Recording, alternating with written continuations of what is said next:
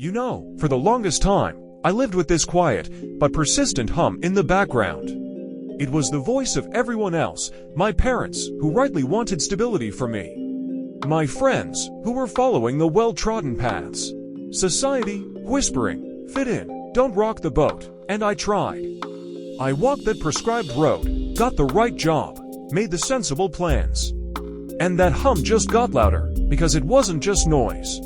It was the sound of my own dreams being muted. And there was this one breaking point. I was standing on a subway platform during rush hour, in a crowd of people who looked just as tired as I felt, all of us staring at the board with the flipping numbers, waiting for that one door to take us from point A to point B. And it hit me, I wasn't just waiting for a train. I was waiting for someone else to decide where I was going, where I should be headed. And that inner voice, the one I'd been suppressing so hard, finally screamed, "Get off the tracks," and I did. It was terrifying. Deciding to pivot from a career I'd trained years for, towards something that had always been a burning passion, felt like insanity. The first few months were a hell of self-doubt. What if they were right? What if I'm not good enough? That choir of critics that used to be external had now moved into my head. But I learned one crucial thing: how to tell the difference between my true voice and the voice of fear. Your inner compass never speaks to you from a place of fear. It speaks from a place of curiosity, of passion, of a feeling of rightness. It whispers, "What if you tried?" Imagine how that could feel. Fear shouts, "You'll fail. What will people think?" I have a friend who loved to cook ever since he was a kid. Not in a chef-like way, just as a person for whom it was a language of love. But he went to school to be an economist. And we were sitting in his kitchen once, and he was making pasta, and there was a piece on his face I'd never seen at the office. He said to me, "You know, when I'm chopping vegetables, I'm not thinking about quarterly reports, I just feel at home."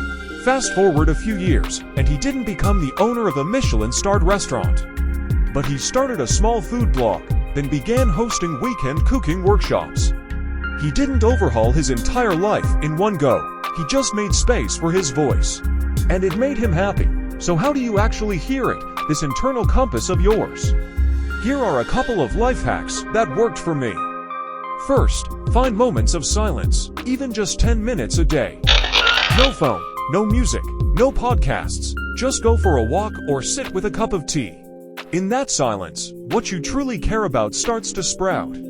Second, ask yourself better questions, not "What should I do?" but "What would I do if I weren't afraid?" What did I love doing so much as a kid that I'd lose track of time? The answers will surprise you.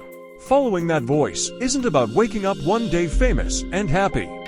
It's about waking up every day feeling like you're living your life, not someone else's script. It's about the tiny steps. Sometimes you stumble.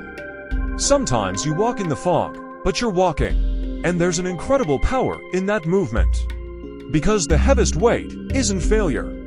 The heaviest weight is the regret of not having tried at all. So listen right now. What is your heart whispering to you? Maybe it's time to take that one small, scary, but utterly yours step forward.